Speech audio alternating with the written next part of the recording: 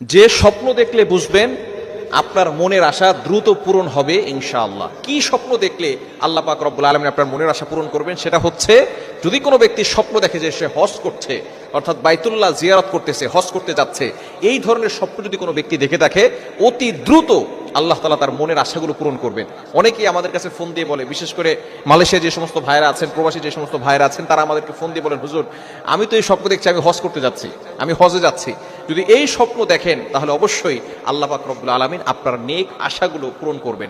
আবার অনেক সময় আমরা নামাজ পড়তে দেখি, নামাজ পড়ছি, নামাজের কিন্তু অনেক স্বপ্নের ব্যাখ্যা আছে, কয়েকটা দিক রয়েছে। আপনি কোন সময় নামাজ পড়ছেন, অথবা দাঁড়িয়ে নামাজ পড়তেছেন নাকি বসে নামাজ পড়তেছেন, কয়েকটা স্বপ্নের ব্যাখ্যা রয়েছে। সুতরাং কোনো ব্যক্তি যদি নামাজ পড়তে দেখে যে সে দাঁড়িয়ে দাঁড়িয়ে নামাজ পড়তেছে, এটাও কিন্তু খারাপ নয়, এটা ভালো লক্ষণ। তবে কোনো ব্যক্তি যদি শুয়ে শুয়ে নামাজ পড়ে এটা যদি দেখে, তাহলে তার অসুস্থ হওয়ার অন্যতম একটি লক্ষণ। এজন্য অবশ্যই আমাদেরকে সতর্ক থাকতে হবে।